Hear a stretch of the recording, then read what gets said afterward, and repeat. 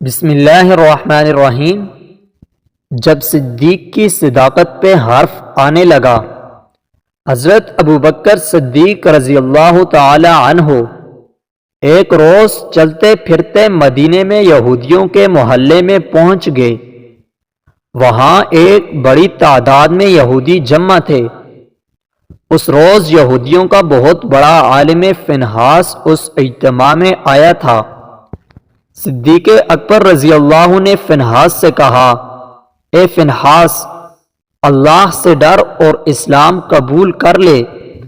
اللہ کی قسم تو خوب جانتا ہے کہ محمد صلی اللہ علیہ وسلم اللہ کے رسول ہیں اور وہ اللہ کی طرف سے حق لے کر آئے ہیں، اور تم یہ بات اپنی تورات اور انجیل میں لکھی ہوئی پاتے ہو۔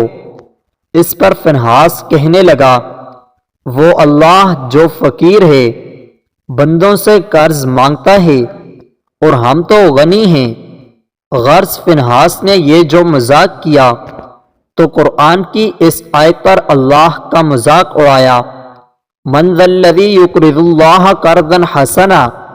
صدیق اکبر رضی اللہ تعالی عنہ نے جب دیکھا کہ اللہ کا دشمن میرے مولا کا مذاق اڑا رہا ہے تو انہوں نے اس کے منہ پر تماچا دے مارا اور کہا، اس مولا کی قسم جس کی مٹھی میں ابوبکر کی جان ہے، اگر ہمارے اور تمہارے درمیان معاہدہ نہ ہوتا تو اللہ کے دشمن میں تیری گردن اڑا دیتا۔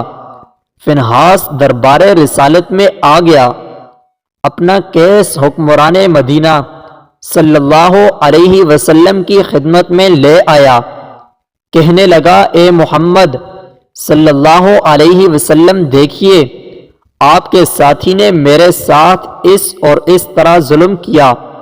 اللہ کے رسول صلی اللہ علیہ وسلم نے صدیق اکبر سے پوچھا، آپ نے کس وجہ سے اس کا تھپڑ مارا؟ تو صدیق اکبر رضی اللہ تعالی عنہ نے عرض کی، اے اللہ کے رسول صلی اللہ علیہ وسلم، اللہ کے اس دشمن نے بڑی باری کلمہ بولا۔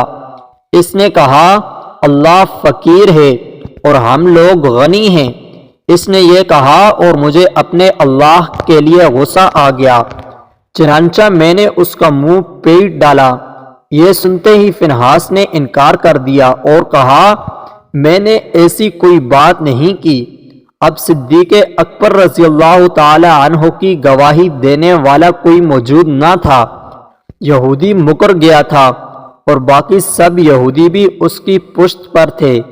یہ بڑا پریشانی کا سما تھا، مگر اللہ نے اپنے نبی کے ساتھی کی عزت و صداقت کا آج سے اعلان کرتے ہوئے یوں شہادت دی، لقد سمع اللہ قول الذین قالوا ان اللہ فقیر ونحن اغنیاء۔ اللہ نے ان لوگوں کی بات سن لی جنہوں نے کہا کہ اللہ فقیر ہے اور ہم غنی ہیں۔ صدیق اکبر رضی اللہ تعالی عنہ نے اپنے مولا کی گستاخی پر رب کے دشمن کے تماچا مارا، اور جب صدیق کی صداقت پہ حرف آنے لگا تو رب تعالی نے صدیق کی صداقت کا اعلان آج سے کر دیا۔